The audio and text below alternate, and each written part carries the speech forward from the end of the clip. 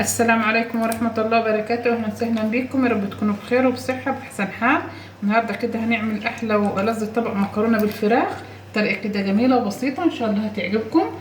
طبق كده معتبر، ينفع للعشاء، ينفع كده للغداء، حاجة كده سهلة وبسيطة وجميلة جدا. ومن صدر كمان الفرخة او اقل كمان هنعمل الاحلى والذ طبق مكرونة.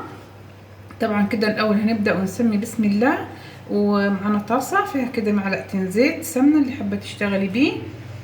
نبدأ كده بسم الله الرحمن الرحيم، ننزل كده عليهم بصدور الفراخ اللي متقطعة مكعبات صغيرة.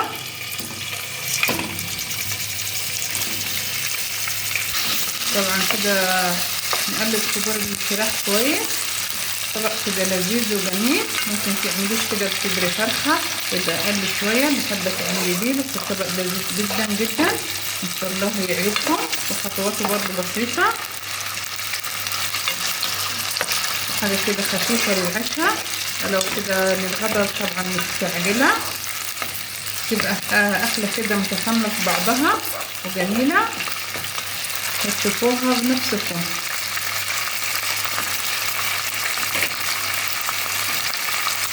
طبعا كده هنبدأ ندي رشة فلفل أسود عشان تعمل لنا كده ريحة جميلة.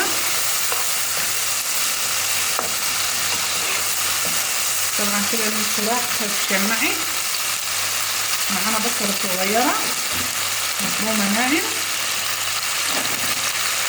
هنبدأ كده نقلبهم على الفراخ. الطبق كده هيعمل لك كمية حلوة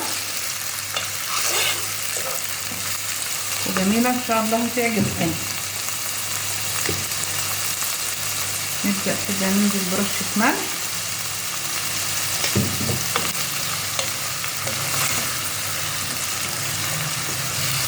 ونقلب كده كويس.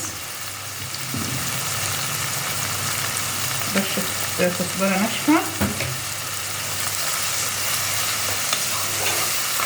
نقلبهم كده حلو مع بعض.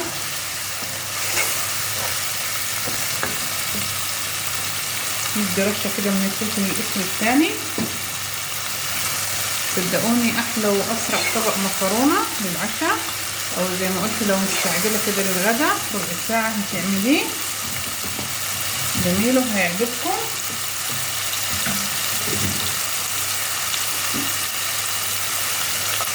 طبعا كده ادينا البصل تقلبتين 3 مع صدور الفراخ. ننزل كده بفصين ثوم ونقلبهم كده حلو لغايه كده لما الريحه كده تطلع على البصل مع الثوم والفراخ. طبعا كده ننزل بشويه فلفل اخضر، جزرايه كده مبشوره. كل الحاجات دي هتعمل لنا طعم جميل، هتزود برضو معاكي الكمية.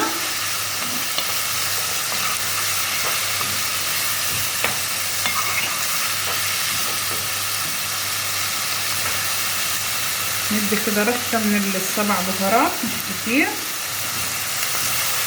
الريحة كده خطيرة وجميلة.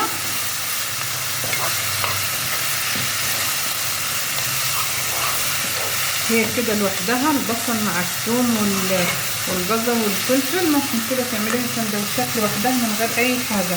بسم الله الرحمن الرحيم. نبدا كده ننزل بطماطميتين معصورين مش اكتر.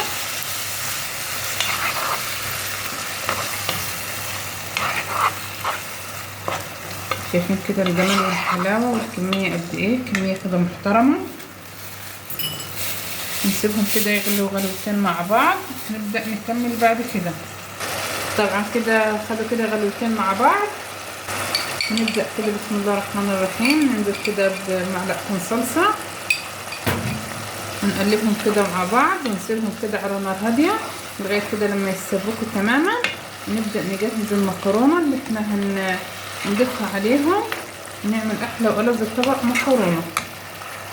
طبعا كده معانا حله فيها ميه بتغلي، ننزل كده بشويه ملح. طبعا زي ما قلت قبل كده اهم حاجه الميه بتاعتك تكون كتيره وتكون بتغلي لما تنزلي كده بالمكرونه عشان المكرونه ما تعجنش منك.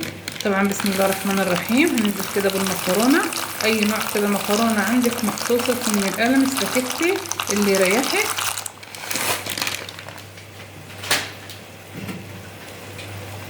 وهنسيبهم كده يغلوا وهنشوف هنسويهم سوا كامل ولا نص سوا ولا 3/4 سوا. طبعا كده خلاص المكرونه كده بتاعتنا 3/4 سوا، فاضلها كده ربع سوا. طبعا كده هنشيلها من الميه بتاعتها نصفيها يعني.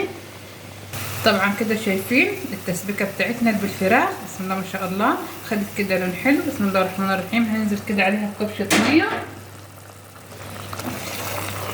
ونقلبها كده كويس وننزل كده بالمكرونه.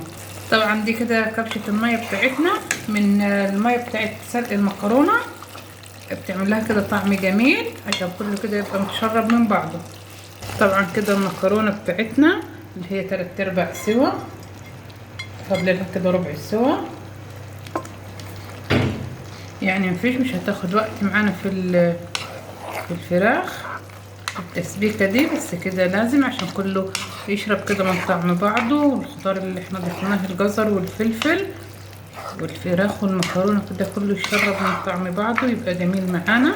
طبعا كده هنغطي عليهم ونسيبهم لغايه كده لما يستووا، هما مش هيتاخروا 5 دقايق بالكتير قوي. طبعا كده شايفين احلى واجمل والذ كده طبق مكرونه معانا جاهز خلاص كده استوى.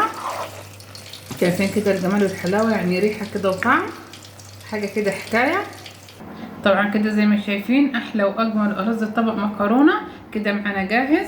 عملنا كده طبق مكرونه من صدر فرخه، طبق مكرونه متكامل فيه الخضروات وفيه كده الفراخ من صدر فرخه. عملنا كده طبق مكرونه يكفي عيله زي ما انتوا كده شفتوا. جربوه بالطريقه دي سهله كده وسريعه على الغداء على العشاء، تبقى كده في ربع ساعه تكوني خلصتي الاكله.